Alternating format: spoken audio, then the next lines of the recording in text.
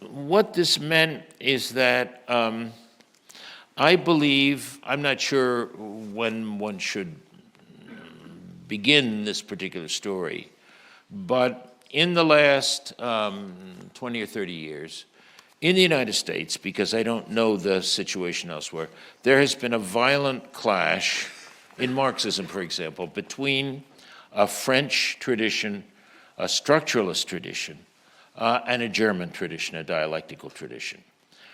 People have lined up on either side, have attacked the other ones for various reasons.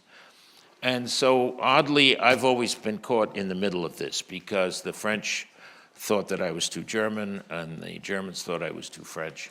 Whereas I feel that given my conviction about transcoding, that these two traditions have much to say to each other. I think of it as the way one goes to an oculist, an eye doctor, and he puts in one lens and then asks you, is this clear or is this one clear, and so on. And I think that each philosophical language, each national language as well, has a certain zone of clarity and distinctness, but there are things it can't say.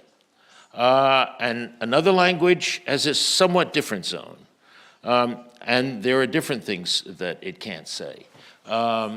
So that I think it's clear, for me at least, that I can say things in French that I can't say in German and vice versa, and English is yet another thing. And if I knew Spanish well enough, I would understand that it had a specific zone of articulation, of clarity, in which one can not only say things, but certain realities exist.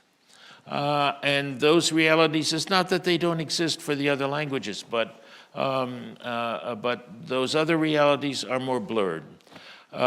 So that would be, I think, probably what's fundamentally distinctive about my work, that I have these two traditions, and that these two traditions turn out really to be to represent seemingly very different things, structuralism on the one hand, dialectics on the other. But oddly enough, for me, these are related.